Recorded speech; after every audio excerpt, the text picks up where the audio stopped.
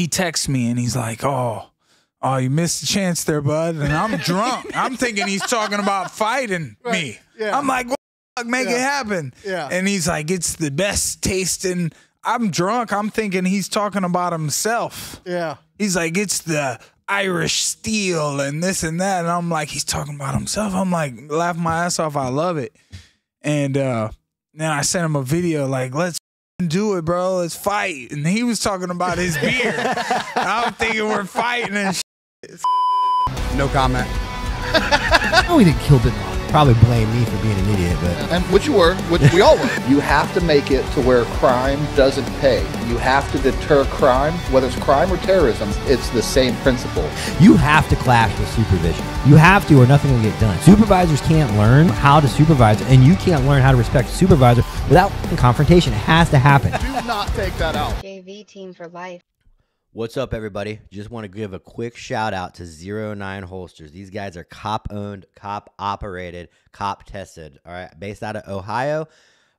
They have gear for everything: holsters, equipment. I use them for magazines, radio. They have everything.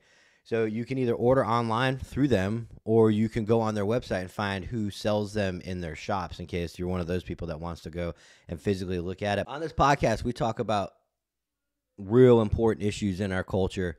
It's hard to do sometimes, you know, and a lot of people don't support us and don't want these messages out there.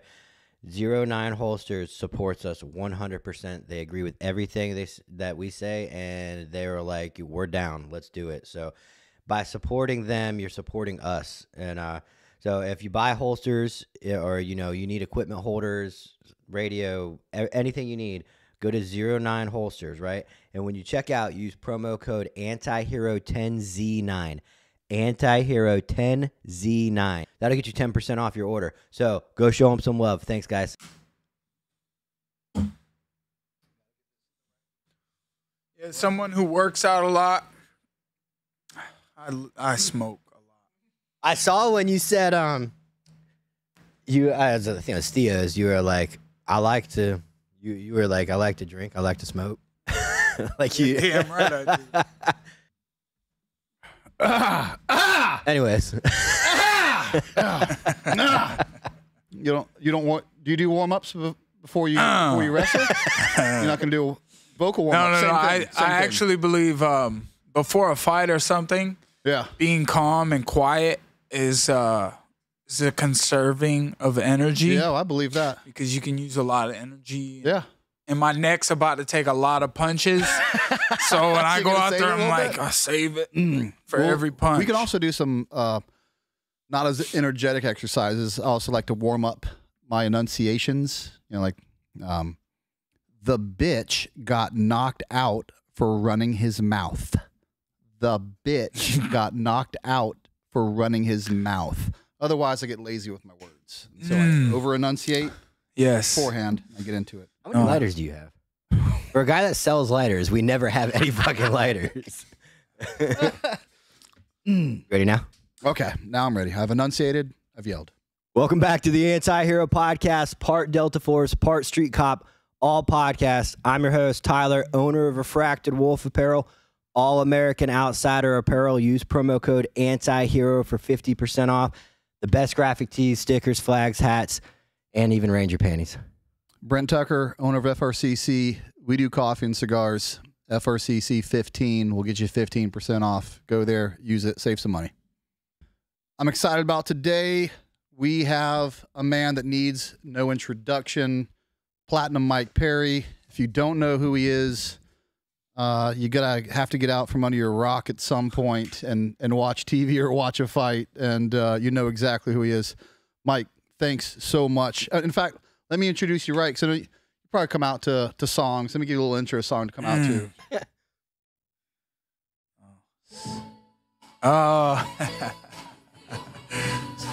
Who doesn't love Beyonce, bro? It's not the first time you've walked out with a song. Who doesn't love Beyonce, bro? That's good music right there, man.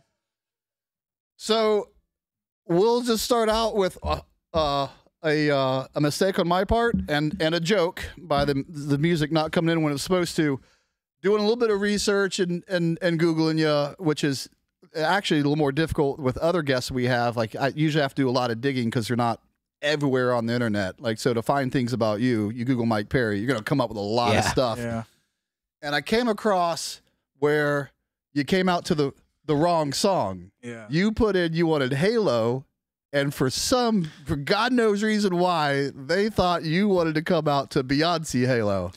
Well, oh, that really happened? So and listen, I let the world run with it. They made, they kind of made the Halo theme song from the video game. Yes. But that's not what I asked for. Okay. So Beyonce Halo was definitely on my list.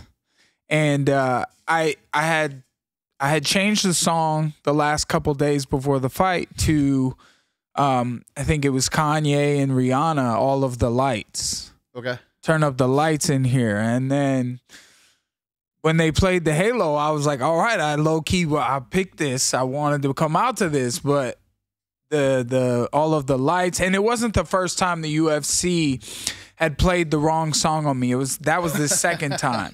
The first time I had a friend who's a rapper. I met him through his rapping.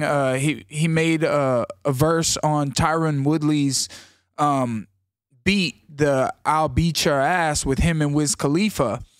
And there was like a competition for $5,000 for who makes a verse to this song. I made a verse. It was actually kind of popular. People liked my verse. And then my friend J-Rob, and J-Rob, he won that competition. He's a great performer, and he walked me out my last BKFC fight.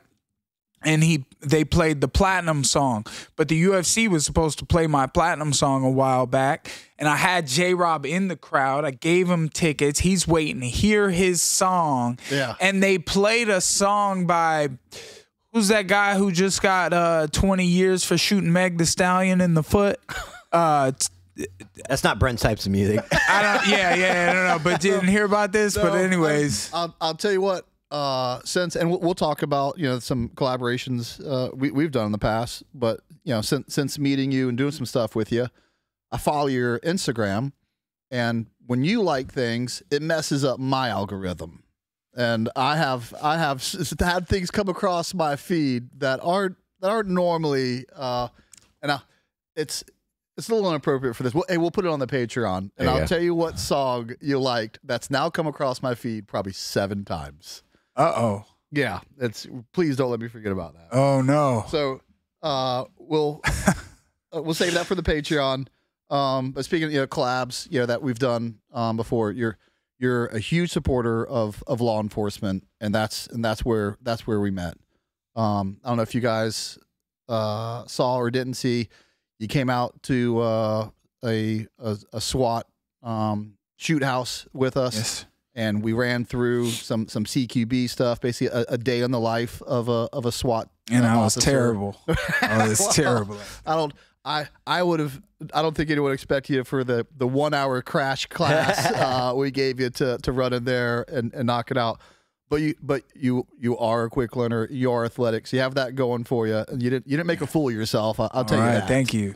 But that I hadn't run through the house like that in a while. So that was just as fun for me, as I'm sure it was for you or anyone else there. Yeah, man, it was a great time. Getting to run into a door, full speed, target acquisition, shoot people, turn off the lights, night vision, sneak around in the dark and really get a feeling of what, a day in the life of a tactical, whether it be officer or special operations person is. How was that experience? I already had respect because I know that you guys, deal with that. And that's just the training. It's like that's the safest way to do it. You guys had guys in there in padded suits ready to take shots, like real shots that can hurt you. And if it hits the right area, it can, cause a lot of damage. And these guys are just, hearts in a steel trap, like cold-blooded, and not cold-blooded killers. Not to say that they're like mean or evil like that. It's like it's an honor and a respect thing that you learn through years of experience and doing it and dealing with it. And, you know, I haven't always been on the right side of the law. I have a background when I was a kid, you know, growing up playing Grand Theft Auto and just being a dumb kid. And you think, I mean, no excuses, bad behavior. There are no excuses for bad behavior. And cops understand that.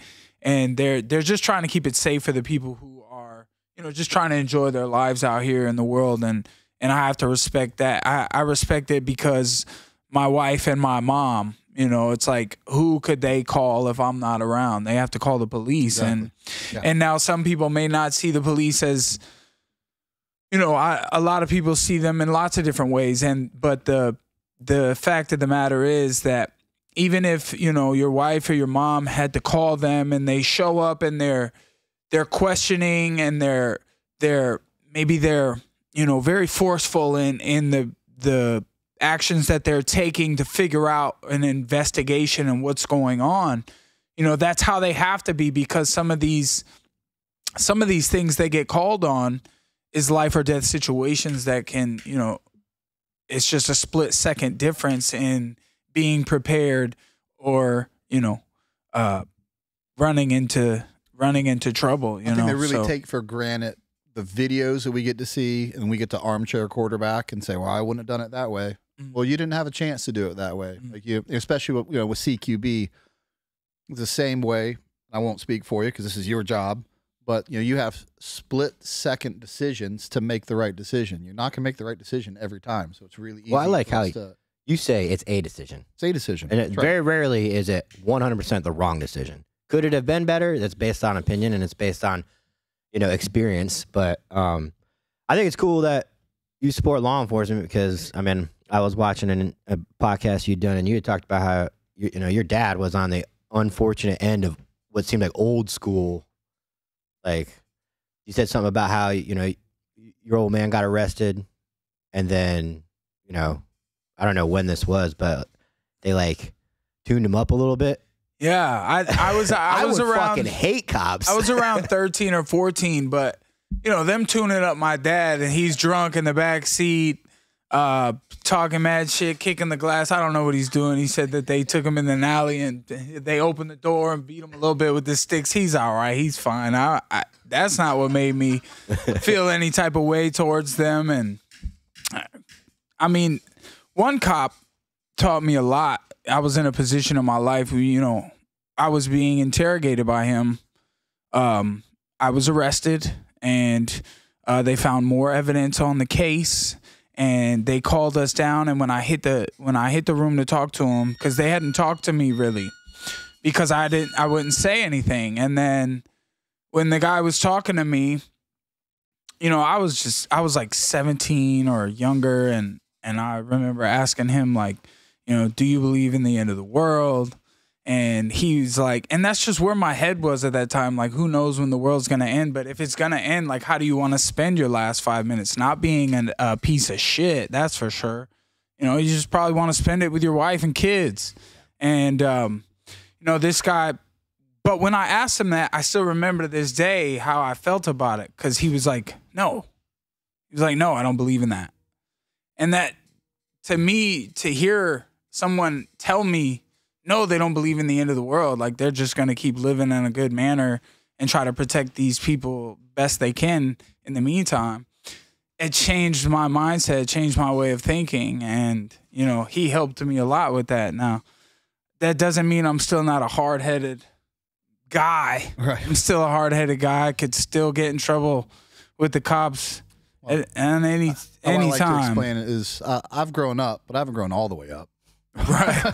Yeah. That's you know, you got to keep some ignorance is bliss, man. You got to keep some youth and you know, just, you know, sometimes I'm sorry for some things I've done, but at the same time, it's like you got to keep pushing forward and, you know, just try to do better going forward. But the things you've done, and even the things you've done wrong, including the things you've done right, as long as you learn from it, it makes you who you are.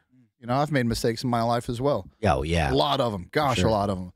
And thankfully, you know, I've, for the most part, you address them correctly, and it ended up making me better. So I'm not upset, for the most part. I mean, of most of my mistakes because of how I handle them, and like, again, it just makes you who you are as long as you learn from them. Yeah, I mean, and I can't trust a dude that don't get in trouble. I mean, a little bit of a pushback towards authority. I'm not saying that you got to, go out there and do crime and harm innocent people, but everybody I got to talk to has at least got to have some kind of story where.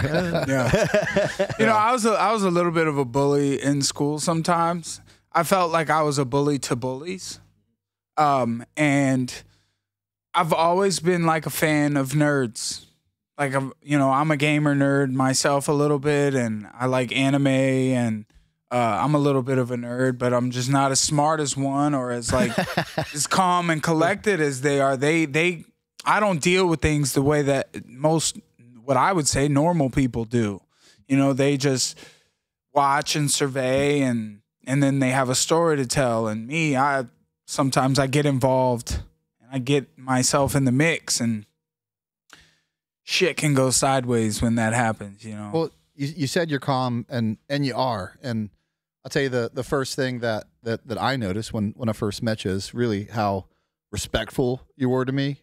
You're super quiet. You just listened to everything, that I had to tell you, because I was, giving you instructions about CQB. And of course, we all know this to an extent, but we forget it. You see someone on television, or you see someone at their job or performing their job, whatever that may be, and you believe that's them, and that's not necessarily the case. How you talk after a fight and before a fight and to another fighter isn't how you go around ordering food at restaurants. And people seem to forget, like, that boisterousness, is part of the job, but it's not who you are. Martial arts. It's about respect and honor, and we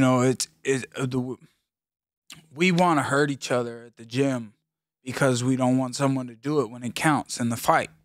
We want to prepare our brothers in the fights, in the training. We want to go at each other like it's a fight, because that's the best type of practice. At least that's how I am. That's my mentality, and I know a lot of guys agree with me on that. And then that way, when you get in a fight, when you run into trouble, you've been there and you've seen it, and you can be prepared for it. It's much easier to be prepared for the worst parts of a fight than it is for the worst parts of what you guys do. And that's something you can't be prepared for. You cannot practice that. So you can get as close as you can, but you can't practice the real thing. In fighting, you can practice the real thing. We can fight each other at the gym like we mean it. And, it takes a brotherhood, and we give each other a respect. And, that's one thing that hurts sometimes, because it's like we earn this respect from each other when we fight each other and we hurt each other and we make each other bleed.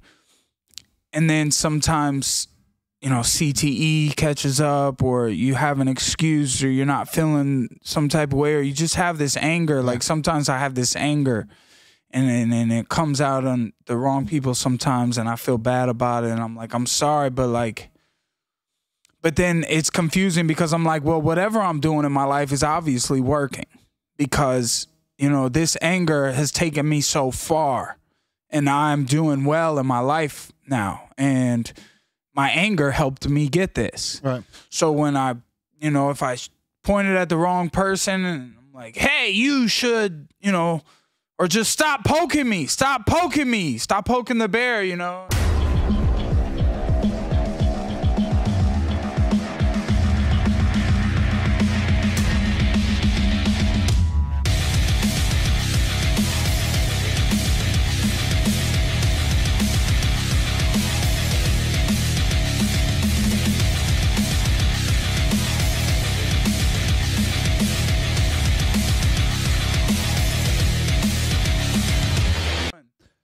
You use the word anger. I would almost use the word, which is very similar, but violence. And so, controlled though. That's right. And I heard someone say that, a man not capable of violence is a useless man. Like, you have to be capable of violence. Now, what makes a man and what makes a good man is being able to control that violence apply it appropriately at the right times. And so just the fact that, you're capable of violence, it is what has brought you so far in life. And I don't think I would say maybe I'm splitting hairs, but some people would look at the word anger as a negative thing, and maybe they'd look at violence as a negative thing. But I'm here to tell you, violence is absolutely a good thing and a necessary thing for men in this world, but you have to control it, or else, because the only way to combat bad people and to be the bully of bullies is to be capable of violence. Yeah. I mean, that's another thing that martial arts really helps you with. It's like a mental training. It's like therapy for us guys who have that anger or that violence inside. It can humble you. It gives you an outlet for sure. Martial artists are the most humble people I've ever met in my entire life. The most humble. Now, the guys that don't fight, maybe guys that are shooters, or maybe guys that have another expertise in some kind of role, they talk all kinds of shit. They talk behind your back. They're not as, they're just not, their character's not as strong. Somebody that humbles themselves a couple times a week for years and years and years on end, they're the guys, I mean, in my experience, they're the most humble guys. Yeah. Well, I mean, some people don't have to. Some of those shooters may feel like, I don't know. That's tough. I stay away from guns, really. For real? Yeah, I do. Want to shoot one in there? We got a closet where you can shoot guns. I hope you don't win the raffle gun today, then. I don't think I'm allowed to have it. We'll gift it to a cop. We'll fix that. Hey, before, we're about to get into the I always like to start out doing some small talk, and we'll get out into the, basically the origin story of Mike Perry, and then kind of follow your career along chronologically. Before we do that, let's stop and talk about good cops and bad cops. Ooh, man, I got away from dumbass cop of the week for 1 week, and then some things are just straightforward. So I got two quick ones. The first one is in the Jersey Shore. It's it was a traffic accident. A sergeant named Billy is doing a DUI investigation, right? Paramedics are in there with the police trying to do their thing where they have to make sure he's medically okay first before they can go into an investigation. And I guess the chief of police shows up on scene intoxicated. Now, watching this, I know for a fact there is some precursors in that they don't like each other. You can just tell by the exchange that they've had previous contact where they just don't get along. The chief comes up and goes, "Hey, your jacket's fucked up, man. I don't like what's on your jacket." And he goes, "All right, chief, I'm going to take it off, but I'm doing an investigation." And the chief walks up to him and starts talking to him and talking shit about the jacket. And he goes, and he tells him 3 times, "Chief, go on the sidewalk. I'm doing an investigation. I'll talk to you later." Well, the chief grabs him by the arm. Homeboy, Billy, is a big boy.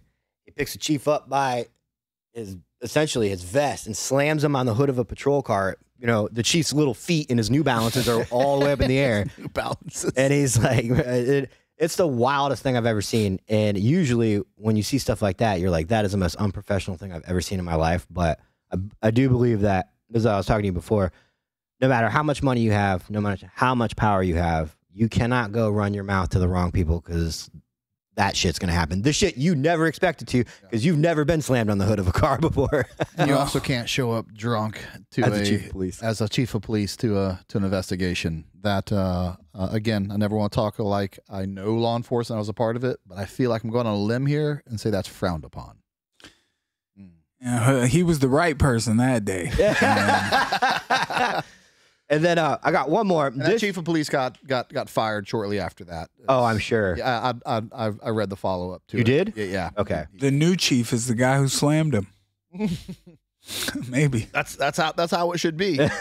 You earn your place, like gorillas. You beat the baddest one. Now you're the chief. Shit. All right, real quick one. This is a dumb ass cop. We got away. We were trying to get away from toxicity. I was Monday morning quarterbacking cops, and I realized like I'm the one being a fucking asshole. So I was like, you know what? We're gonna change the skit to what the hell happened. Right? We don't know. I wasn't there. Right. And but Jesus Christ. Oh, sorry. But all right. Mississippi cop is arrested for shoplifting in uniform after being caught stealing a $140 pair of shoes from Dick's Sporting Goods. No. Right? And essentially, that's the brunt of the story. Dick's calls, and they're like, hey, we got one of your cops in here shoplifting on camera. She was arrested, and she was taken to the county jail in her own patrol car because the fucking her chief was that pissed off about it. So, and he was like, that's disgusting. It's a blow to us that somebody would do that. She was a TikTok cop, too. No, I don't. She was a selfie poster. As an avid supporter of first responders and law enforcement, I hate to hear those stories, but I'm also an optimist, and I'm so glad that our 2 stories had nothing to do with Florida. Yeah. Holy shit, at least for the first time. That's right. Usually it happens in Florida, so Florida for the win. Well, yeah, and you have a story about Charlotte County, Florida. That's right. Charlotte for the win for not being on that side of the news and being on the good cop of the week. Man, I saw this video. I got emotional about it. Anyone with kids can't help but be emotional about it. It's got to be a firefighter, EMT, cop's worst nightmare. Showing up to a traffic incident, infant in the back seat, hurt badly. In this case, not breathing. Yeah, it wasn't even responsive. Not even responsive. Even they have the baby's face blurred out, but you can see as this officer is working on this baby, trying to give it CPR and get it to breathe. The mom is in the background, just irate, understandably so. That's how every mom would be when you see your kid not breathing, especially for that long. Again, like I said, the face was blurred out, and towards the end of it, you can even see how blue the lips and the face of this baby is. But he doesn't give up. He's working on it, and he's talking to mom at the same time. He's staying calm, cool, and collective, and doing what he needs to do. And through his training and staying calm, he brings this baby back to life and saves the baby's life. Amen. Deputy Sergeant Dave Musgrove of the Charlotte County Sheriff's Office, Florida. Officer Musgrove, you are a hero without a doubt. Thank you so much. Thank you so much for your service and allowing us to offset bad stories with a story like that. Yeah, I mean, that's why they call them the real first responders. Sometimes I take dig at firefighters every now and again. There it is. No, but it's true, man. Scary. Parents will, when they see you show up, they don't know how trained you are. They don't know what you are. They will throw. I've had it happen to me where I had to give CPR to a baby. They will toss it into your gut like a football because I don't know if they know that they're not capable of doing it. And even if they were, they're just like so distraught. Yeah. As soon as I showed up, I walked in the apartment because I was told to downgrade because fire was there, or not downgrade, but it was like I could like relax because fire department had been on scene. Well, the fire department couldn't get in and they couldn't find it because it was such a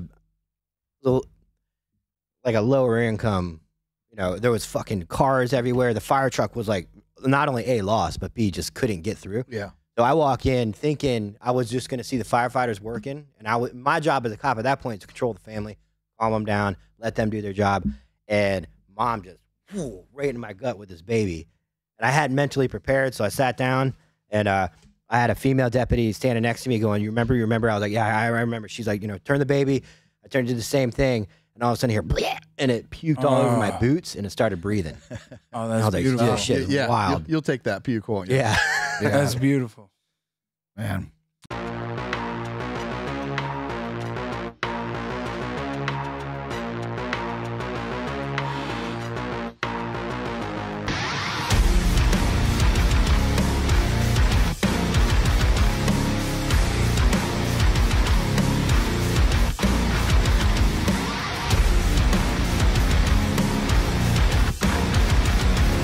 All right, back to you, Mike. Let's talk about how you became platinum, Mike Perry. Back when you were just Mike. I'm still becoming him. I'm still working on. Story's not over. Who that's gonna be? Man, I forgot my belt at home today. I was gonna bring my belt, my King of Violence belt. I'm pretty proud of that. Now I didn't win a UFC title. I had some good fights in a short amount of time. I think I fought a lot in 5 years compared to anybody else who's come in the UFC. There are a couple guys who do fight a lot, but I was born in Flint, Michigan. I had an uncle who was a Flint police officer. I had family from Lapeer. My mom was down here in Florida at a young age, and I used to go back and forth. I remember my first day in 9th grade, the English teachers like, tell us about yourself, tell us what you want to do. And I stood up and I was like, oh, I want to be a fighter. I want to be this, because I wanted to play a sport, whether it be football, basketball. Basketball was tough because when I was in middle school in Michigan, there was 6'4" kids with beards in 7th and 8th grade. They were dunking the basketball, and I'm just down here touching the net. Like, oh my gosh. And then football, I didn't have a lot of size, but I noticed that when I would bring gloves to school, or I would watch videos on YouTube, and whenever I put gloves on with people, big, small, didn't matter. I had something. I had an ability to hit them and hurt them. The bigger they are was actually easier usually. And I have a theory for that. Big guys, especially at a younger age, get a lot of respect and fear because of their size. But because of that, they're never tested the way medium and small people are. And so you have that experience of actually having to defend yourself and throw hands, where they just use their size to intimidate people and rarely do. Yeah, it's a sound theory. That's a good point. Yeah, for sure. That makes sense. I mean, I guess if the big guys get tested more often, I mean, I know if I was big, I know what I would do. I'd be beating the hell out of everybody if I was big. As a cop, you have two choices. You can either hit the gym and get huge, and when you go to arrest somebody, people look at you and go, or they look at you and go, I know how to fight, and then it's on. And then that 1 out of 10 times, you better hope you have an experience where the smaller dudes, man, the dudes that can fight, they're fighting all the time because they're just at face value when they go to arrest somebody, that person's like, I'm bigger. Right. And then these guys are always fucking rolling around every call. You know, the huge jack dudes, very rarely do they have to. You got that badge, you won. Eventually, you'll win eventually. I'm laying down, brother. Yeah. Please. So let's just go ahead and take the shortcut and not go through all the drama. For sure. Just put them on, sir. Let's go deal with this through the paperwork. Right, because it all is the same way. Let me speak my side of the story later.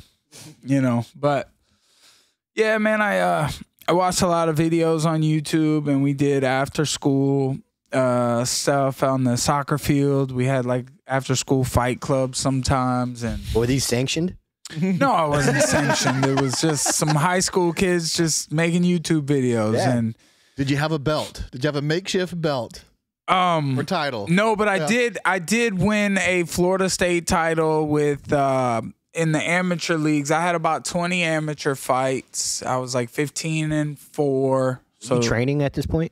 Yeah, YouTube. I went to an American Top Team in Longwood.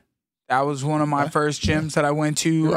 You're right in your old backyard. Another one of my first gyms was south of Popka. Christy Martin and Jim Martin. They had a boxing gym there called the School of Hard Knocks at the time. I think that name has since been sold. There is a School of Hard Knocks in Castleberry area where Craig Duncan trains. Erickson Lubinson, he's a big name in boxing right now, and he's had some amazing fights. He's very talented. Central Florida has a lot of fighters, a lot of martial artists. South Florida, everybody knows American Top Team, Creek, whatever that part is. I'm a Central Florida guy, like Orlando, Altamont, Castleberry, Longwood, Winter Springs. I worked at UFC Gym Winter Springs for a while. Say Sanford. Say Sanford. I'm from Sanford. My friend Chopper Reed, beast of a guy. One of my first managers, actually my first manager when I went pro, we were the Noblemen. And he is from Sanford. He taught at, he was a teacher at the Jungle in Sanford. That's the only jungle I messed with. I didn't mess with Seth Petrozelli's jungle in Orlando. Never been in there, but. You ever heard the term Bokeh? it's a slang term for Sanford. So when you talk to your Sanford, throw that Okie. name, throw that slang out, and you'll be like, "Where'd you get that from?" Oh, right. Yeah. Oh, okay, for sure. But I mean, I fought and trained with lots of tough people, and I've gotten my ass kicked a lot of times. And one thing about me is I never stopped. I always came back. I always wanted more. I always had more energy and ability to take more. And one of my first days, so I knew my friend from school, Alex the Spartan Nicholson. He was a couple grades ahead of me. Big guy that probably never got messed with because he was so big. He's a beast, though. He's actually going to be fighting at the now Kia Center, but it was the Amway. Right. Bare Knuckle MMA, Game Bred MMA on March 2nd. They'll be there. I'll be in his corner. You know, my brother is such a humble warrior, so positive. He can definitely get angry, but he also is big on family, big on law enforcement. And the first time me and him trained together, Michael Milmerstadt hit me up on Facebook. He was like, man, I'm looking for people to train with. Looking for people to beat the shit out of is what he meant. And he was like, you look tough, you know, man, I'll come pick you up. He picked me up, my mom's apartment. We went, trained at SWAT. It was called SWAT. It was an MMA gym in Winter Garden, Ocoee area. And that was the day that it kind of all took off, and I met everyone. You know, I trained with Alex. I trained with Mike Milmerstadt. They were beating me up that day. Alex hit me with a side kick. I'd never been hit with a side kick before. I never really fought a real karate guy. And his dad, and then I started training with his dad a lot, and I learned where he got that side kick from. And where'd it hit you? Shout out to Mark Nicholson. Oh, I took my gloves off and I walked to the bathroom and I sat down on the toilet and I squirted a little bit of water out, and then I turned around and I threw up a little water, and then I put my gloves back on and I went back out there and I fought them a little more, and then they beat my ass all day that day. And I went back the next day and trained with their ass. And that was the difference, because no one else ever came back. And I fucking went back and I dropped Alex's big ass with a couple of right hands to the body. Mike was still kicking my ass, though. Mike used to kick the leg off of me. I remember he kicked me about 20 times, and I was like, man, we can keep sparring, but if you kick me again, I'm not going to be able to stand up. So, like, we can box some more. I was more of a boxer, brawler type. And, you know, so. It's hard to I know what I'm asking you or what will be perceived when I ask you this question, which is, you know, who do you think was the most influential person, you know, on you as a young fighter? And that's not, you'll probably want to mention 15 people, because so many people, you know, had their role. But is there one person like that person just really just had an impact on me? I guess I'd have to give you 5. I'll take 5. My dad, he was such a beast to me. Little guy, ripped, veins all over him. Absolute psychopath. And I thought he was very, capable. I was always curious as to why he didn't do what I was trying to do and be a fighter and make money doing it. And he was too busy. It's just a different time. And then Alex's dad, Alex the Spartan's dad, Mark Nicholson, he was like a second father to me. He, there was a time when I was on house arrest and stuff, and I had gotten time to go and train and things like that. He was at my house every day, picked me up, had a protein bar and a Gatorade in the back seat, him and Alex, and we went and we trained with the best people we could in Central Florida. And Alex and Mike Milmerstadt and Julian Williams. Julian Williams was our coach, me and Alex and Mike. Julian, I remember the first time I met him at ATT Longwood, we were sparring with jabs. and I have a pretty good jab. Couldn't touch Julian. And he's not a striker. He's a grappler, but he's a mixed martial artist. I mean, he can still outstrike a lot of guys, but he jabbed me up that day, and I remember being like, man, where's your gym? I want to come train with you. And me, Mike, Alex, we just kept it going for years. I mean, my dad, I named him first just because I grew up with him, and he inspired me with his – he inspired me by not inspiring me. That's what inspired me. You know what I mean? I'm like, motherfucker, I'm going to show you. Right. And you know, now that I'm a dad, I look at the way the things he taught me a lot differently now. I'm like, you were trying to help me. You were trying to show me, and I obviously wouldn't listen because that's what kids do. They don't fucking listen. And they get it eventually. Yeah. If you stick with it long enough. I was old enough, like 24. I was like, you know what? That motherfucker tried to tell me some things. But I think the commonality of, whether, I was successful in my career from, where I went, and hearing your story, the similarities is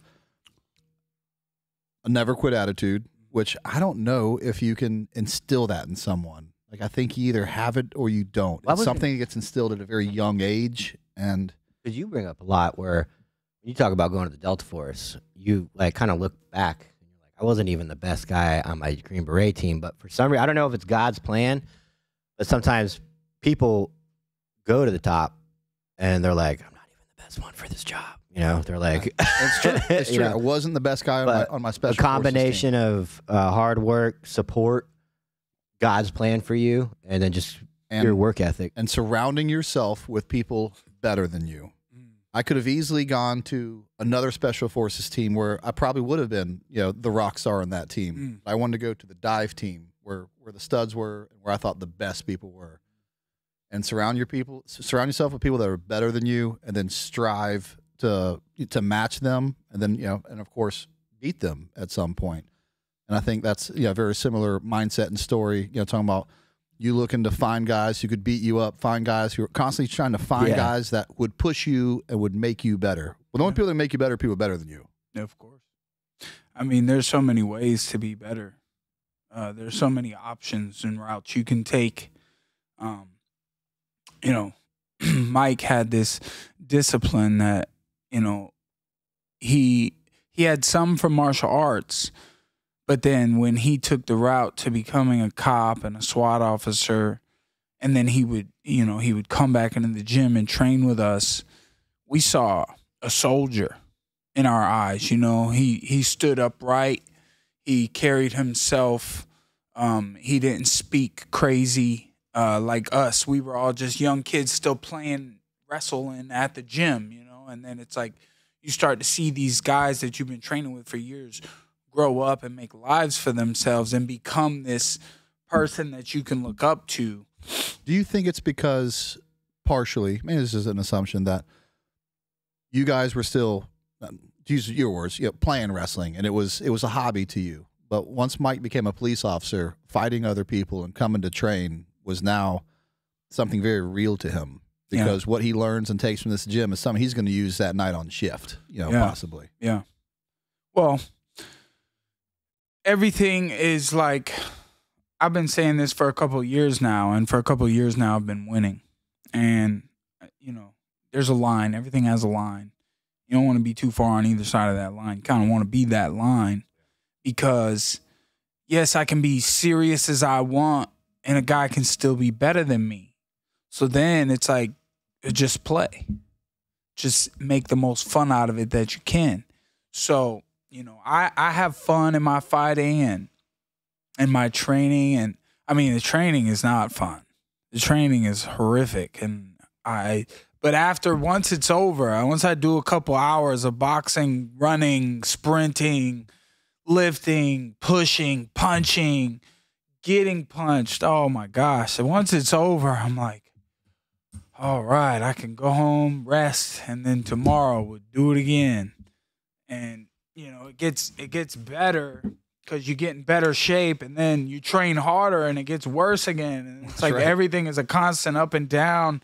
You want to be that line, and just that don't quit attitude is like, all right, if I'm suffering now and I just keep pushing through, just take one foot, put it in front of the other, step by step, you know. And they're like kind of like an obsession, like to go back and. I'm obsessed with laying on the couch and not doing anything, dude. I'm obsessed with that, and that's why I started fighting in the first place. Fighting is the easy part now, and it's the training and the lead up to and the preparing your body for what's going to happen. Because when you get into the last couple of weeks before your fight, your body is making these drastic changes, and it just happens. Like, in my opinion, when you sign a contract, that's a blood contract. There's things that can happen. And everything changes. Once that contract is signed, your mind puts your body. Obviously, I've built this for myself by all the years of experience that I have. My body just starts going to work. My mind just puts my body in this place that I'm either cutting the weight or I'm building muscle. I fought at 185 one time. I had to build up to still cut a little bit. And it felt like I was cutting hard that week. And I had more strength than ever, more power than ever. And I was fighting the biggest guy that I'd ever fought. And then I had the best performance I ever had. And then, you know, but your mind just starts putting these things together for you. The diet, the hunger, the pain every day when you wake up and you have to do these certain stretches because your body is feeling the last 5 days of training and you still got more days to go. It feels like you're getting weaker, but you're getting so much stronger. And then you take a day or two of rest and you go to the gym, you could beat anyone that day. And, you know, it's like a high to feel that power that you have, and you don't even have to be that aggressive. You know, it's just naturally coming out. You actually, to train that hard, it makes you want to be so calm before the fight. Like before the fight, you know, I hate to say it because I'd be feeling like a little pussy ass bitch. There's so much nerves and emotion and thoughts of anything that could happen or go right, go wrong. And you try to focus on what's going to go right, how you make it go right. And then you're just sitting there so calm. You're like, damn, normally I'd be acting a little crazy. But then when you walk out and everyone's there, and you're like, it's like that movie with Jet Li, Leash or Unleashed. Yeah. You take the collar off his neck. And it's like, you get to go. All the training just comes out in that moment. It's cool, man. There's this. I'm gonna paraphrase it because I can't say it verbatim. But there's this Roman philosopher that I read it once and it really stuck with me. And he basically said, you know, one of the biggest shames in life is for a man to go through his whole life and never realize what his body was capable of.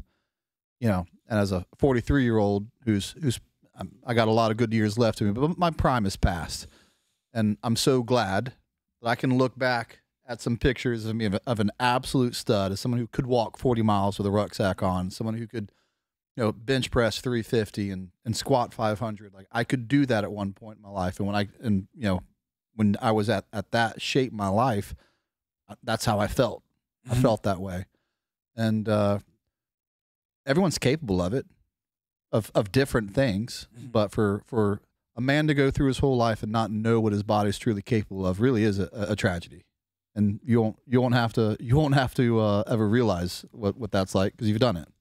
It's a little bit of a tragedy as far as some of the mental sides of it for me. Like, you know, I'm capable of better organizing and cleaning up my life better because sometimes I do it, and then other times I just lay down, I get lazy, and I just let shit just build up around me.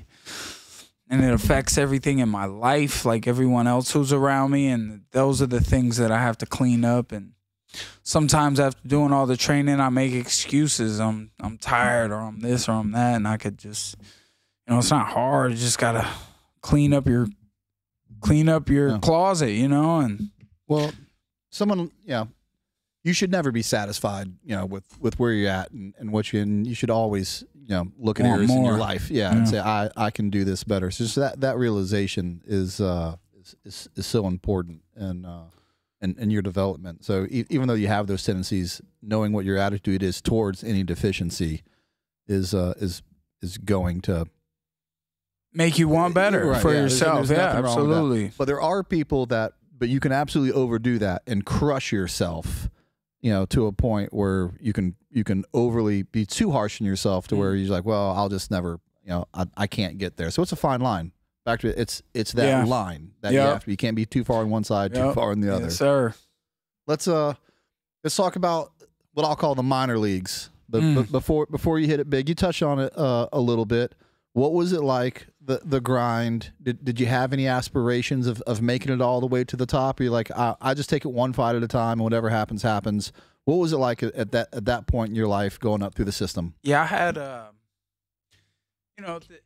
I used to just knock people out. I was in the UFC. I got to 9-0 with 9 knockouts. I got to the UFC at 7-0 with 7 knockouts. I had never been to the 3rd round. I just knocked everybody out. And I feel like the minor leagues are a little harder now.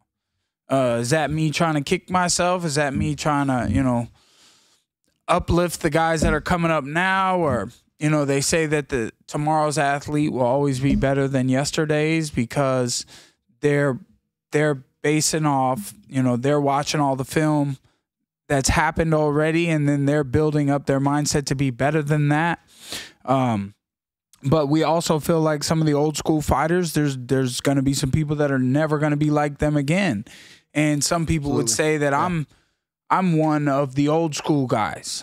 That is, I'm one of the last of a dying breed type of fighter guy. But I know that there's lots of talented guys coming up.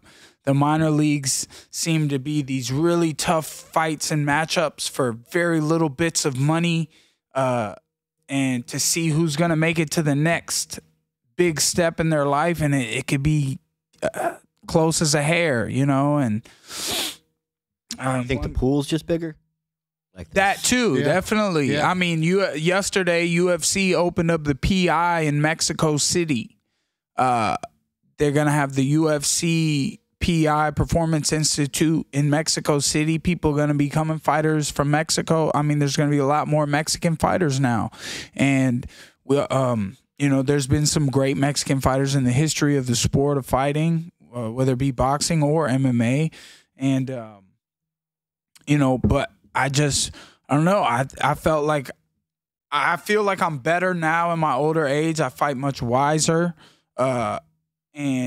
But back in the day, I used to just go for it, and I had something where when I hit people, man, they went down. Now I hit people as hard as I can, and they just are like, yeah, they're still coming. I'm like, I like that. I'm the same way.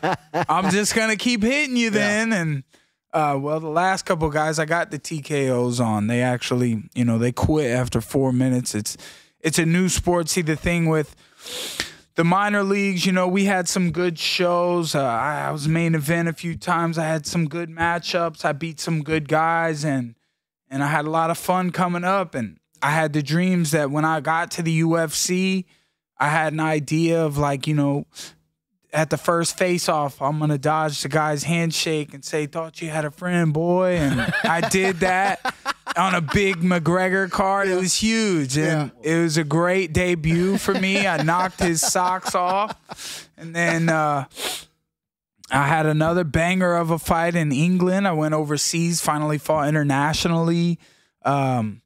I mean, technically, I had already fought in the Bahamas. That wasn't as international to me as going over to the UK and fighting in the UFC at the big show, the big crowd, and everybody watches the UFC. And I'm grateful that now they watch me in BKFC. Yeah. It's much more my style. It's much more what I've always wanted. I remember my 3rd fight in the UFC, I fought this guy named Alan Jouban. He was, I picked my opponent up. I said, hey, he's a model. He's a pretty boy. I mean, pretty fighters are tough fighters. They're hard to get to. They're obviously they're good, because if you're a fighter and you're still good looking, you're making the right decisions. So you're not. It's true. You're hitting and not getting hit. And then he poked me up, and we went to a decision, and they gave it to him. And he was supposed to be chinny. I was supposed to beat that guy. I was supposed to this, supposed to that, but I was still green. I was young, learning about this job I had that, you know, I was still figuring out. I was learning in the biggest platform you could learn on. Yeah. And now I built a platform of myself. I'm my own style. I'm that old school type of fighter that people like to watch because I like to fight. It's not about I mean, the money is helpful. I guess I earned the money because in the UFC the money wasn't. Well, what was it? The money, I was like short on money when I was in the UFC. Did you have a grand call up, or what was it like when you got notified that the UFC wanted you to fight with them? Before the UFC, I had found all my fights on Facebook. I was managing myself, just guys seen me. Rock, baby. Yeah, that's right. They wanted me to fight for them because I put on a show. Yeah. I brought a fight that people wanted to watch if you wanted to watch fights. And we have a fan base for people like that. And I got a call, or I got a message that a fight had fallen out of this UFC event.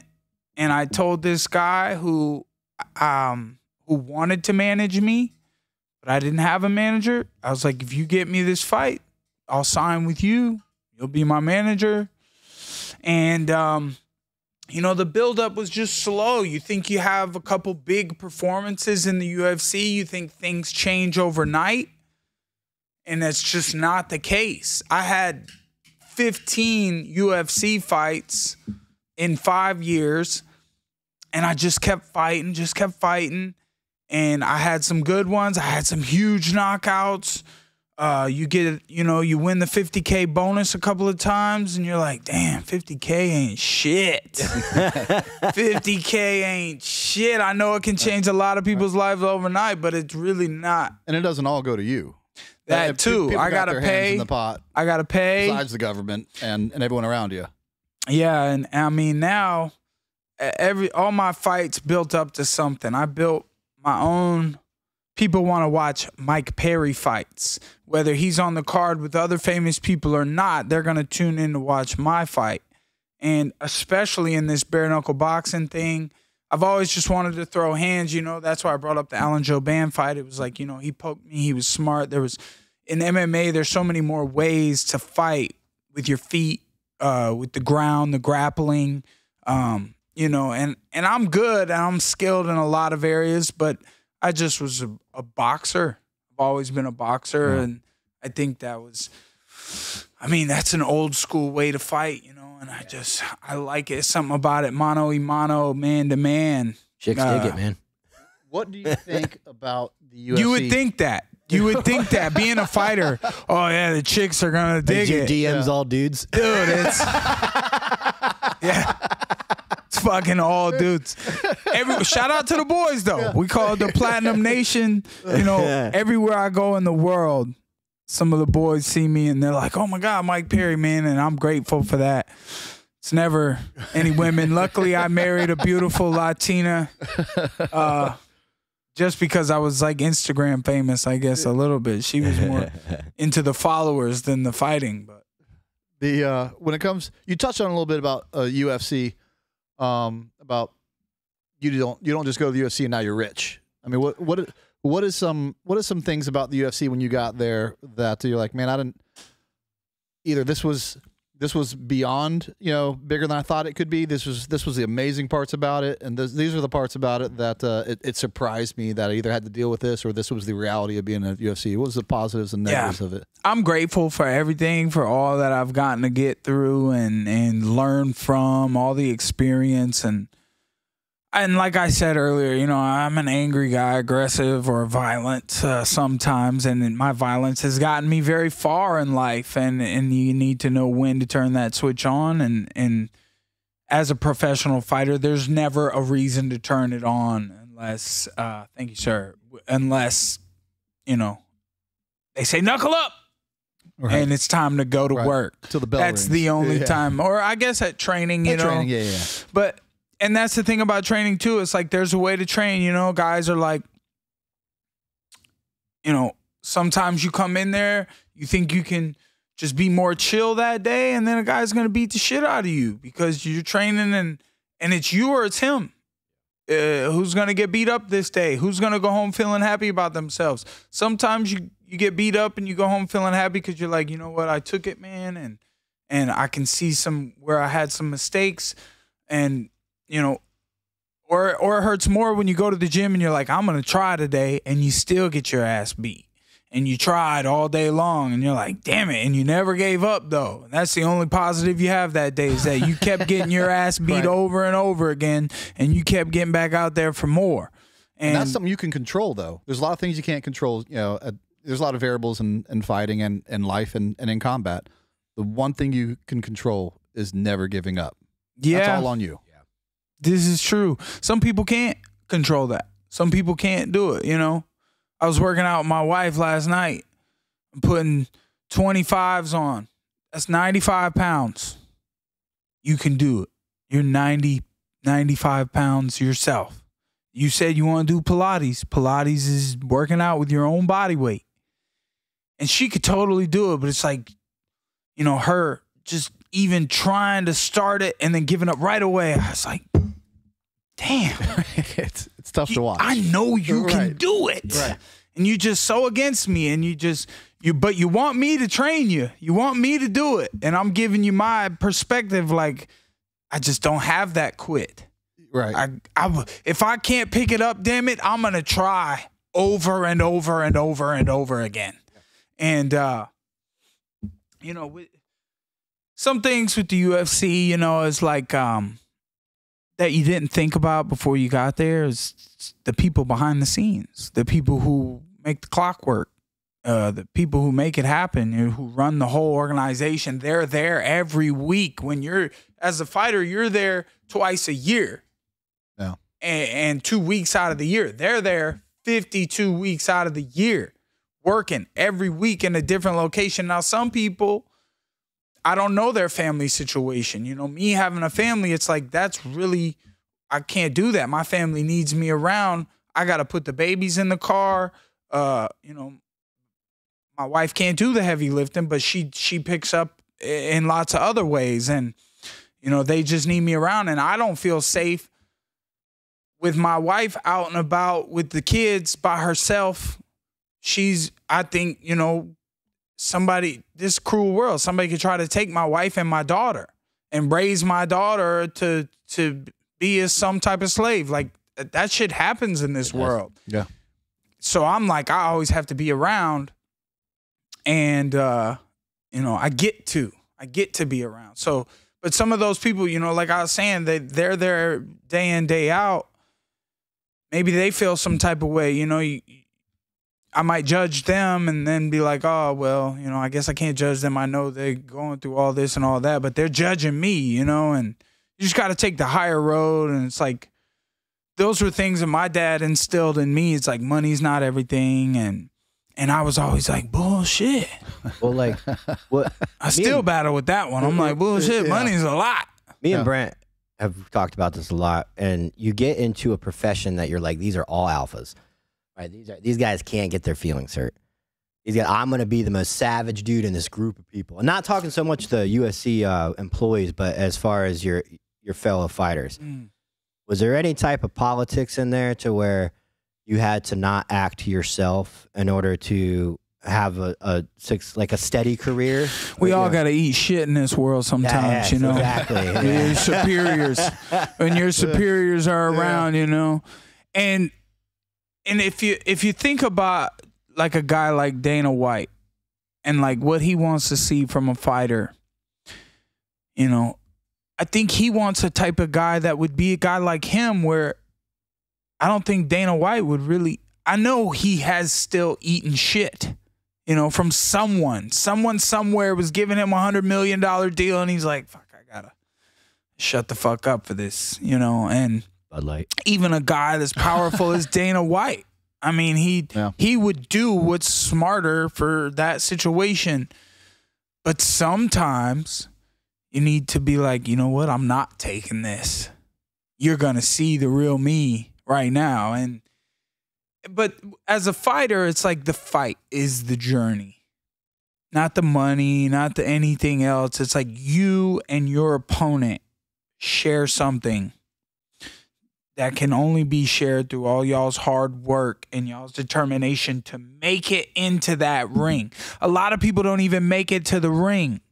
That's why I have 15 UFC fights, and it's paying off for me now because I proved over and over and over again I can cut the weight, I can make the weight, I can show up, I can be prepared, and I can put on a show. I can take your hits, I can give them back, I can try, and I'll keep trying over and over again. You're not going to see any quitting me.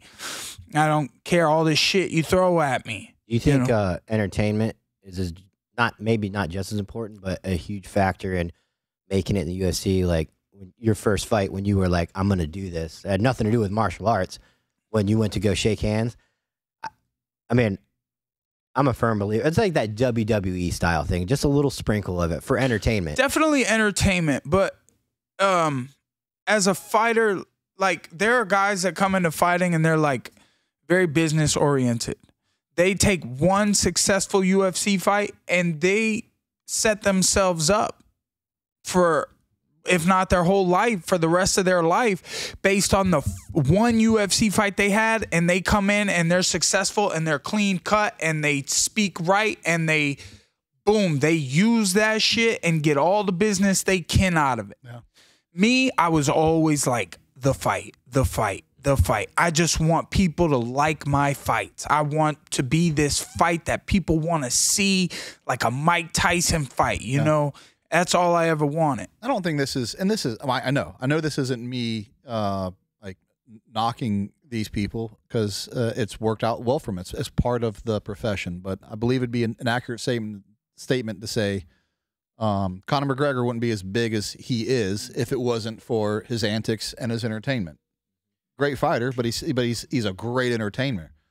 It's probably he had it all. He had the full package, right? Like he had the accent, he had the words, he said the right things, the mean things, the funny things. He said it all at the right times. And in the beginning, he was knocking people out. He was this southpaw with that left hand, and he was cleaning clocks left and right. They were all much shorter than him, but he made the weight. Yeah. They all met at a certain weight class, and he did it to them. And then he ran into problems. Now he's so rich, who cares? Yeah. Now we just want to see him fight again just because we missed the Conor days. Yeah, and which is kind of why I was rooting heavily for Colby. And we talked about that. He's very, he's his own person, but Conor liking the way he runs his mouth and the entertainment piece, and I think that helped him because I watched his fight because of it. So there's definitely a piece. And he supports you guys, the first responders, definitely. I love that about Colby, that he does that. He kind of shits on himself a little bit sometimes when he says some things, and who cares? I mean, apparently when he said what he said about Leon Edwards' dad, that got a bunch of people to buy the pay-per-view. So I'm not making an excuse for it. I'm just saying. But then he fought like a total bitch. I wish he'd have come out a little more aggressive. He fought like a total bitch. The last round is when if he'd have fought the way he did the last round, the whole fight, I believe he'd have won that fight. But the thing about running your mouth is and he probably, I don't know, you'd have to ask him. Maybe he wouldn't say it again. But when you talk that much, you're not going to hit all bangers. Like you're going to say something you probably wish you didn't said, or right. That is a risk of talking a lot of trash. You're going to say something that maybe you wish you didn't. I was at that fight and I was in a good position, and it was like the third round or something. He was coming back to the corner, and I said, "Fuck you, Colby, you're a bitch." And I was like, "Damn, they're going to kick me out." And he looked at me through the fence. He looked over there into the crowd. And he looked at me, and I kind of felt bad. But I remember thinking, you took it wrong. When I said you're a fucking bitch, you should have went out there and fought like you didn't want to be one. Yeah. That's right. Take that. Use it. That's a motivation from a fighter, Well, you went on. It's tough love. That's right. and that goes back to the alpha, just the alpha mentality. Like, it's just, you're not going to go around. They don't go around telling guys what they do right all the time. They tell them what they do wrong, and out of to make them better, out of the right intent.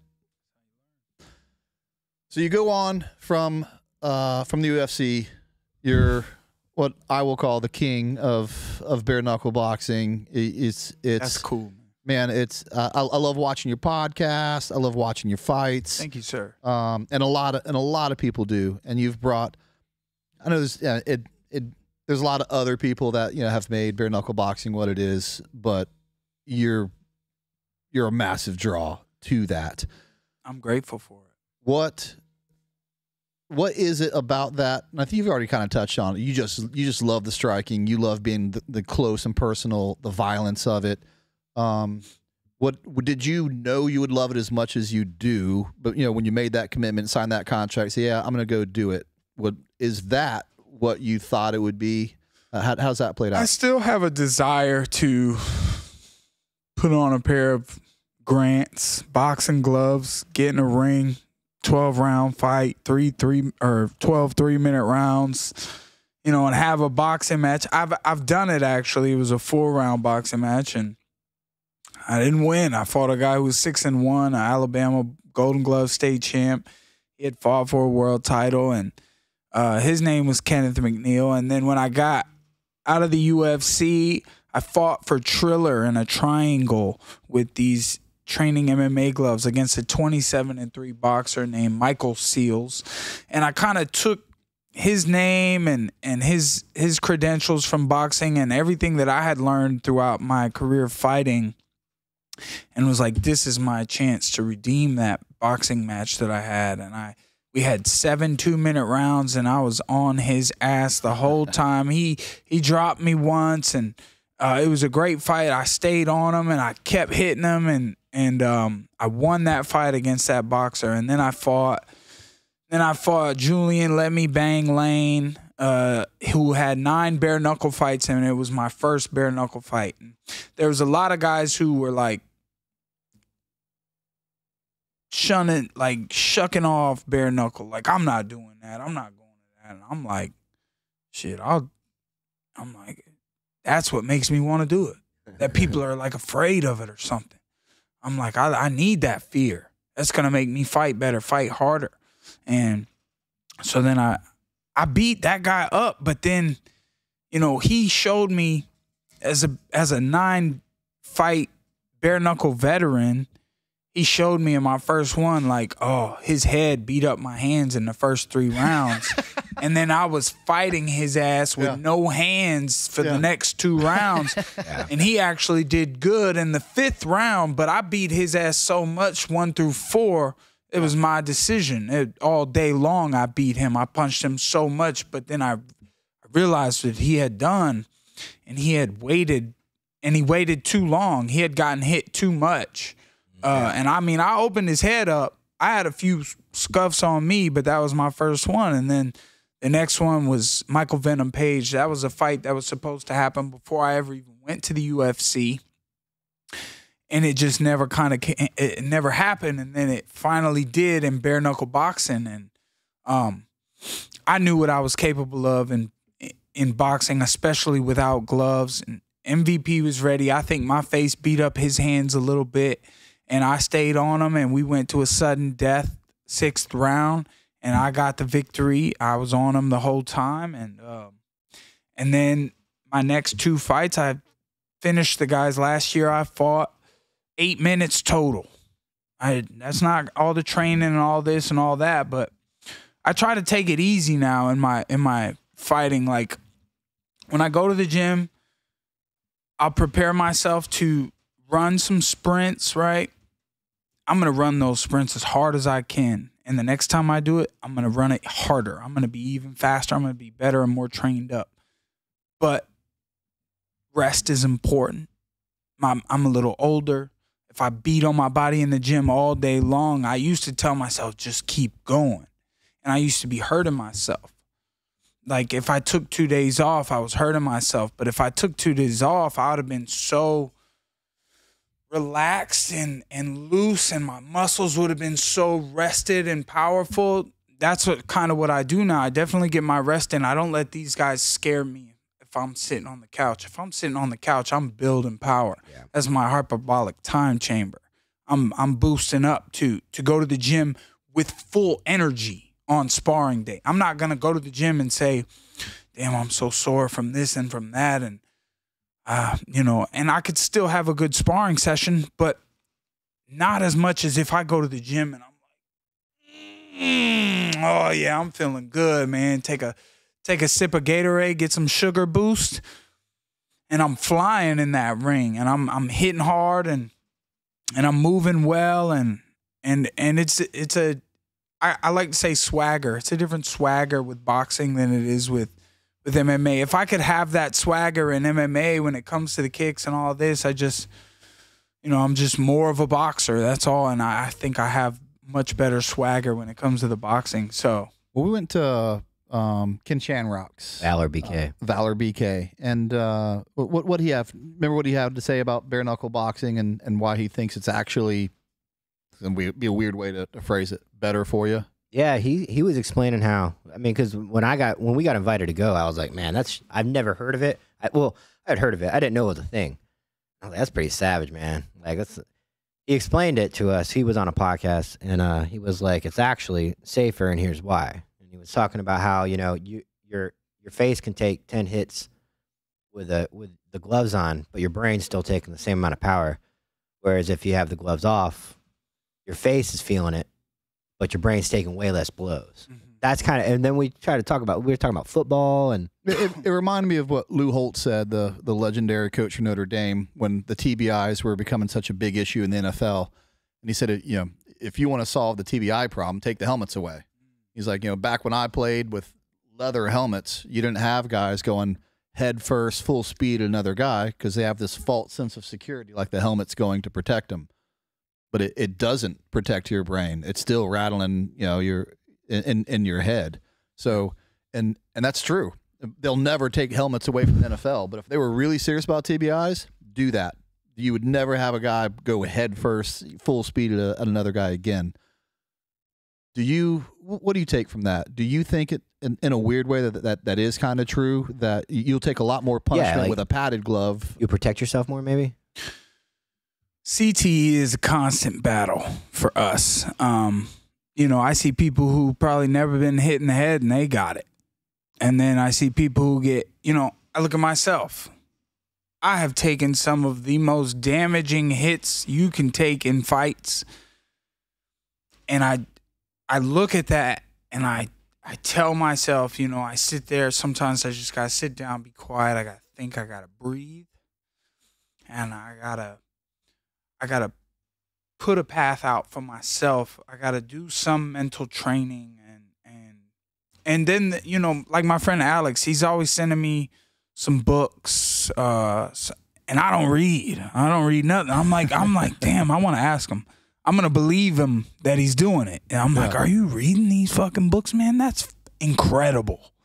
Good for you, dude. That's got to be good for your head. Sometimes, but I'm still like, damn, sometimes I think I'm a little smarter than you, bro.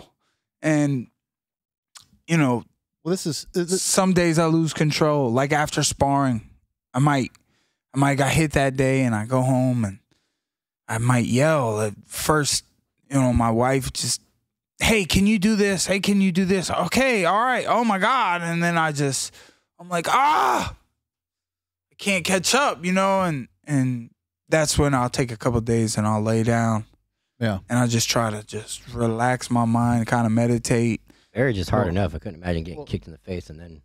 You can talk about game day or the day of the fight, but for us and in the military and special operations, it wasn't and we use bigger explosives in combat than we do in training. But it wasn't the big explosives in combat that I think did the most damage for me, although they didn't help. It was the training. We get, we even though they're smaller ones, but we do dozens and dozens of explosive breaching, possibly per day. And over, a decade, I think that's what's actually taking the biggest toll. I think we need to train smarter. And I think that parallels over to fighting. I'm sure, again, big hits during a fight don't help, but it's the training and the little hits and the big hits that you take during training is you're going to get way more of those hits than you'll get during fight day. Yeah, I think there should only be like, one of those a month. Where that once a month, it's kind of like you're about to go into an event. You should feel some nerves. You should feel give yourself ability to work off your adrenaline, because that's when the body is most capable and powerful of anything. And let yourself feel that nervousness. And, like I'll skip a lot of sparring sometimes. I've been there. I've done it. I used to do it all the time. Too much sparring. No such thing as too little sparring. You should get used to not getting hit. The name of the game is hit, don't get hit. You should get used, because when you're used to not getting hit, if I take, after a fight, if I'll take 6 weeks off before I'm back in impact at the gym, when I go back to the gym, I am trying so hard not to get hit because it's been a while. And that fear that makes you move sharp like that and be more focused on the not getting hit part, it comes through time away. Because you can train a lot and spar a lot, and then sometimes if you take 2 weeks, you're like, oh, I kind of miss. Sometimes you kind of miss getting hit. That's terrible. That's not good. You know what I mean? That's a bad habit that a lot of these guys create for themselves. And if I'm feeling like I'm missing getting hit, I'm going to take some more time. And then I'm going to, that's why I said I love the couch. I love not getting hit. Yeah. Because fuck, when I go to work, I could get hit, boy. But I can take it. Yeah. And, I love the not getting hit part. And it's good to build that up. So when I say hit, it might be that explosion or that breach entry that you're talking about. And they should be a lot less banging on. My dad was a naval officer, and he has some benefits from, his hearing loss, and worked in the bottom of the ship and machinery, running, bust his ears up, and he can't hear nothing. But, so I don't know, but it makes sense though. A concussive sound is like, your ears are ringing, your head got hit with something over and over. Gosh, that sounds tough. We'll finish up real quick about your fighting, what's next for you and your fighting career, and then we'll move on to all the things you do outside of the ring. Yeah. What's next for you fighting wise? So I might be fighting. I think we're looking at you guys are cool as hell, so I can exclusively drop some knowledge on this. They every day is like, oh, they're saying, oh, we'll know tomorrow. We'll know tomorrow. Who am I fighting? Well, there's a couple options on who I might be fighting. It could be Darren Till. It could be Dylan Dennis. It could be someone else. And we're looking at maybe April 27th is the California card. I think it's in Anaheim, California, where they just had a UFC event. Bare knuckle is now legal in California, so they're gonna have an event in LA, or it's LA. I don't know if that's Anaheim or what, but it's right outside. They said it's like a LA card. Well, when they said it was the Denver card, it was right outside of Denver, and it was another place. Right. It's right outside. But they use the big city. They say LA. So might be April 27th, which, depending on where I'm at, if I'm already in town over there, I don't know, but I wanted to try the ruck this year. Oh, yeah. 7 days before my fight, just go out there, pick a rucksack, and walk. That'll be April 20th is that. Yep. So I'm going to try to make it out. And even still, it's not like I have to do the whole 75. I could go out there and walk a few miles, jog a little bit or something. That's the Mike Milmosak Memorial Ruck. Yes, that sir. They're doing this year. That's cool that you're going to go out there. Last time, the Ruck, I was fighting the same day. I fought Luke Rockhold that day. I was fighting that day in Denver. And won that fight, man. And I be wearing Mike on my shoes and in my outfit and stuff. I got his badge on there, and you know, he's like it's a terrible loss, and but you know, I feel his presence, and I feel like he motivates me all the time now, and you know, that earn the day slogan is very strong. It's very tough, and you know, next is a daily battle with family, you know, and my CTE, and I'm trying to be better for them, and I need to be more organized and you know, just try to make my wife happier and or happy at all. Sometimes it seems like we're all married to the same woman. Cut that out. No. I gotta leave that in there, man. How cool is it to do that face off with Conor McGregor post fight? Oh man, that'd be a pretty cool experience. That was great. I'm grateful. He's a cool guy. You know, how can you not love that guy? What he's done, and I mean, this lines right up with his style. You think just for the sport of it, you'd ever come down and bare knuckle it out? I don't know if we can make it happen. Maybe he would beat somebody else up in bare knuckle. He watched me beat up Luke at 185. Yep. He said he'd never fought it that way. Conor wrote me recently, man. I was in shout out to the police force down in Hollywood, Florida, man. I was at the Hard Rock and I was drunk as hell and I yelled at them, and you know, I'm sorry. Just recently? I'm sorry about that. Yeah, I'm sorry about that. Sorry about that. It was at BKFC 57, and Conor's people come over to me and they're like, "Hey, you want to put a Forged Irish Stout hat on and then take a video?" And I'm like, "No." Yeah. You gotta pay me for that shit, boy. You trying to get some free publicity? Conor posts him every day, man. And I made a free video for Conor's Proper 12. He had like a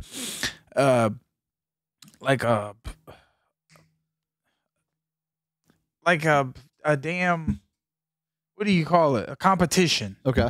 And for who can make a good viral video or whatever. And I made one, and we were taking shots at the gym with all the fighters, and then we were fighting on this whiskey. Yeah. How do you beat that, dude? Right, he did not call me and give me the job as the Proper 12 ambassador. Okay, he was supposed to call me and give me that job. Come on, Conor. And then Conor wrote me when I'm in the club at the Hard Rock, which the Hard Rock Club has way better prices than like Live at the Fountain Blue. Jeez, those prices are ridiculous. And he texts me and he's like, oh, you missed a chance there, bud. And I'm drunk. I'm thinking he's talking about fighting me. Yeah. I'm like, what the fuck? Make it happen. Yeah. And he's like, it's the best tasting. I'm drunk. I'm thinking he's talking about himself. Yeah. He's like, it's the Irish steel and this and that. And I'm like, he's talking about himself. I'm like, laughing my ass off. I love it. And then I sent him a video like, let's fucking do it, bro. Let's fight. And he was talking about his beer. I'm thinking we're fighting and shit. It's hilarious. Would have been even funnier if that was the catalyst for the fight. Yeah. Right? Yeah. A misunderstanding turns into a fight. Do you think that bare knuckle right now has the stigma that USC had back when it originally started, and then throughout the next decade or so, it's going to be more accepted in our culture as far as like you know, like USC is like living room stuff now, but back in the day, it wasn't allowed. Man, it was fringe stuff. Right, yeah. That's a good point. Yeah, UFC is kind of, it's very dumbed down now. We talk about it. You know, once your favorite band is platinum. That's right. I was just about to say that. Once your you want to go find another one, they're done. Now they're just in good form. Mainstream. They're a mainstream money-making machine, and that's all it's about. And now you want your punk rock band that you That's right. And it's just part of the process. You know, they become more commercialized. You know, they don't have the edge they used to have because they can't offend anyone. Like those things are just going to happen. Yeah, bare knuckle is like working off of, you know, like me being the biggest one right now. I mean, it's very popular in other countries like Russia. I know Saudi Arabia, Abu Dhabi, they're trying to get some deals done. And they love a spectacle over there. They pay big money for that shit. Yep. So to have a bare knuckle fight over there, you know, Right. we're talking money, but That's right. Ask the golfers. these shows are more like, you know, the UFC back in the day when the fighters had different walkouts and they had different clothing and equipment, and it was like the fighter could really make it his own, and it had a different stigma. And now, you know, it's like, which I like it. It's like who can stand out when we all look the same. That's right. When we're all doing normal shit, it's normal to everybody. Who can stand out and be that next star? It's a necessary evil. I mean, I hate it, yeah. but it's true. You know, it's entertainment. At the end of the day, it's entertainment. You know, so yeah, I definitely think about that now when it comes to training and my fighting style. I'm like, I fight to be entertaining.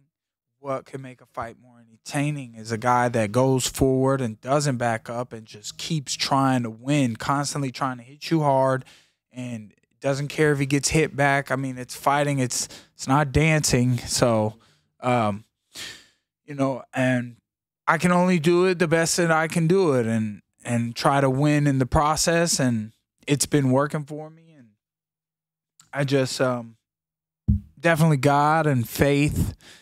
You know, I'm so lucky that I get to do this as a job. Otherwise, I'd be back working construction, and you know, I'd just be a normal dad.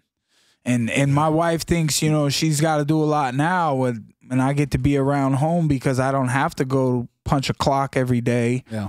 You know, if I had to punch that clock every day, and you got to get up at 5 a.m. and make my lunch for the day and make me breakfast, so when I get up and put my work boots on, and then, you know, you're cheating on me while I'm at work and shit. You know, this is what these poor bastards go through on a daily basis because I don't know, they didn't take any punches. So, well, let's talk about what you do now. You have your own podcast. You're going on podcasts. I know when we reached out to you to come on this, you're like, oh shit, that's bigger than Joe Rogan's podcast that I did. Definitely, and, brother. Yeah, I appreciate you recognize the size and scope of this podcast.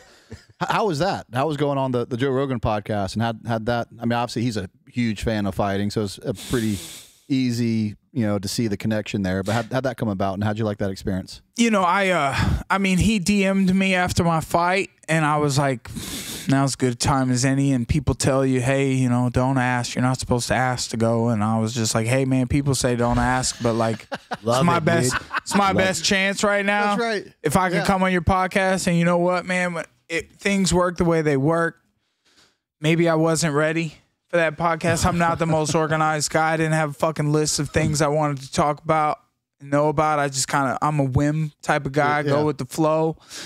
And, I mean, getting to know you has been really cool. I think you're an awesome guy, very upstanding man, a real man, you know, shoot guns, smoke cigars, and talk about heroes and stuff like that. I think that's cool. But, you know, Joe Rogan, I think I expected to have a conversation with Joe and be person to person. Yeah.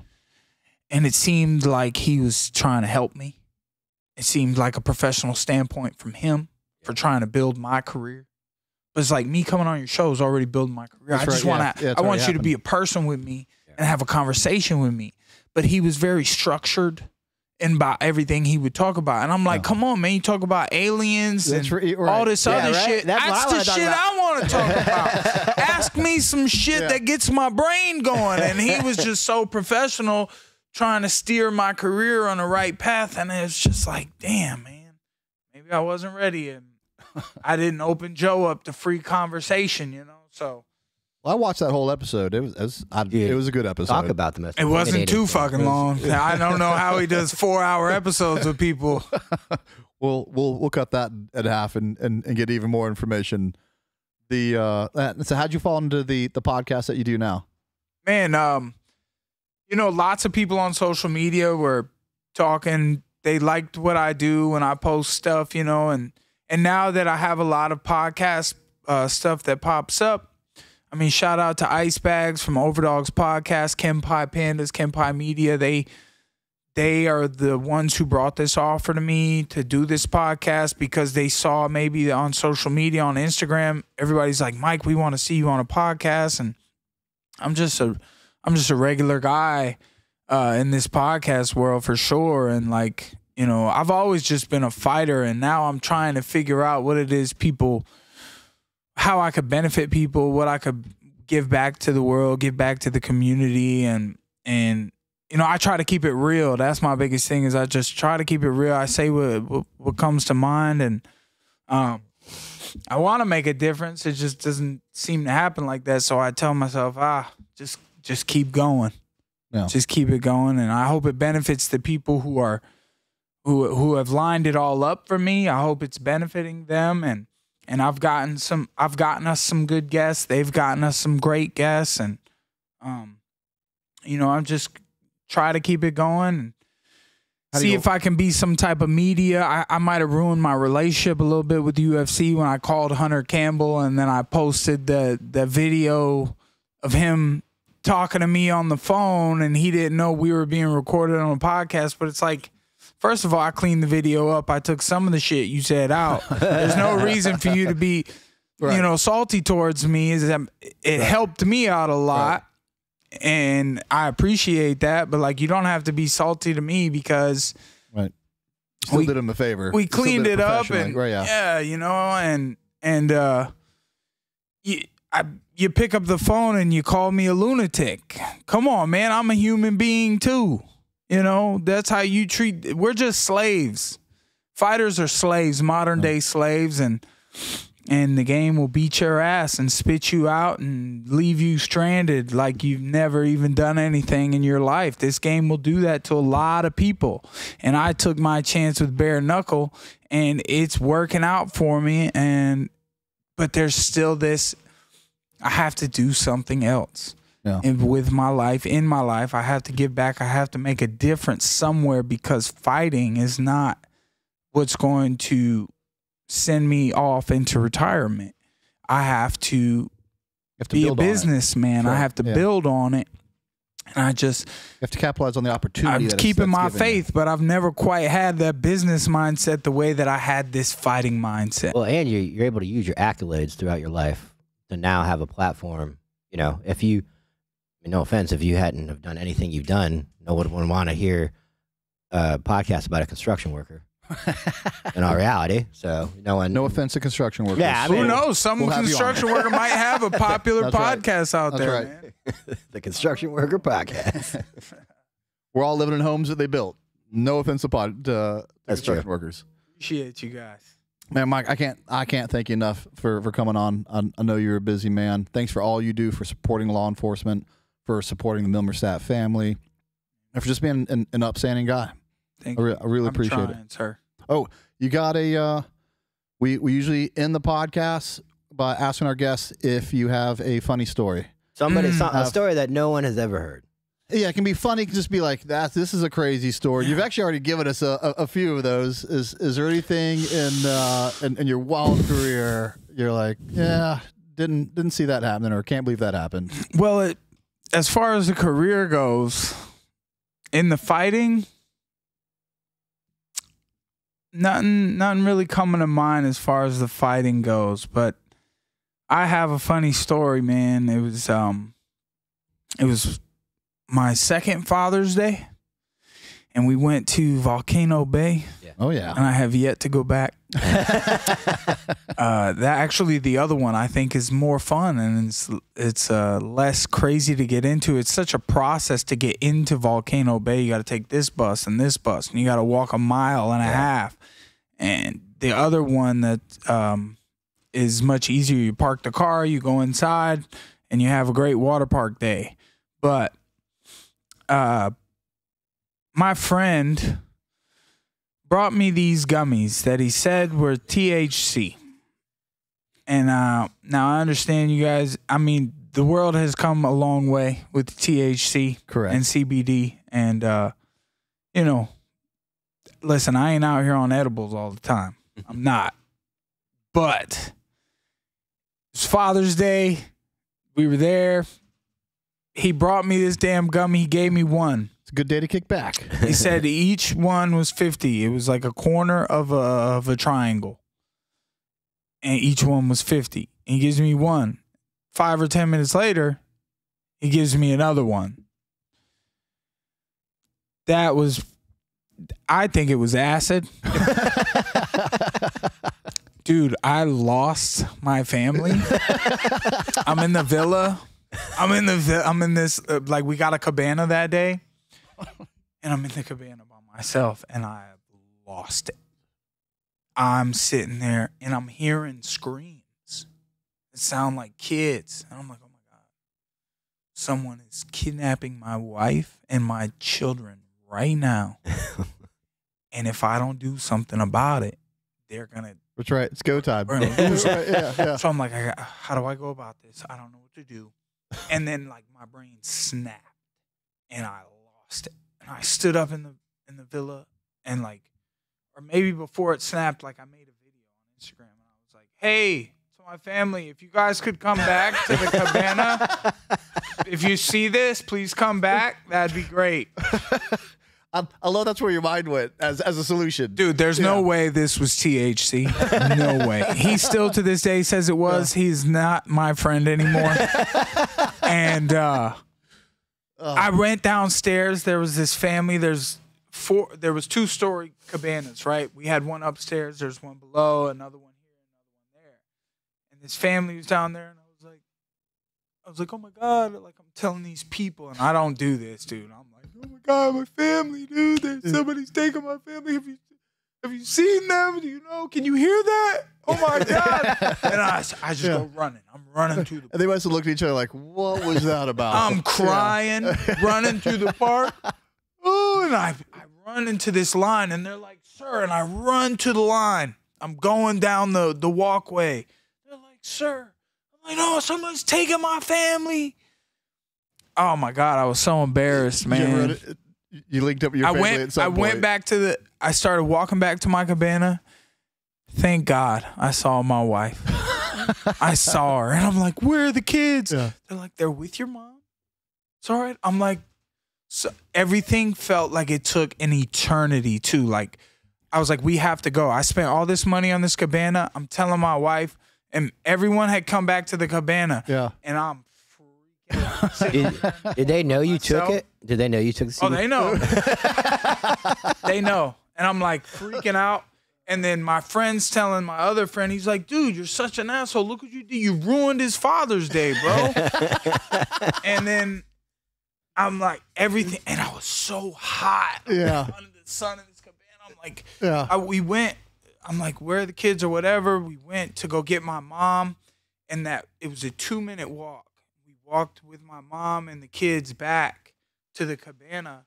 And it felt like forever. And then we're in the cabana and I'm trying to cool off. I'm so hot. And I'm like, we have to go. And they keep telling me no. Right. My family's like, no, we're not leaving. You spent all this money. We're not leaving. That's freaking me out now.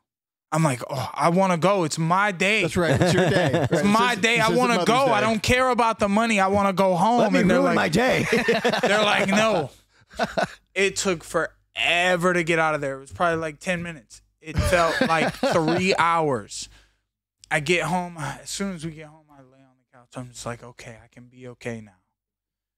I know that's crazy because like kids don't do drugs.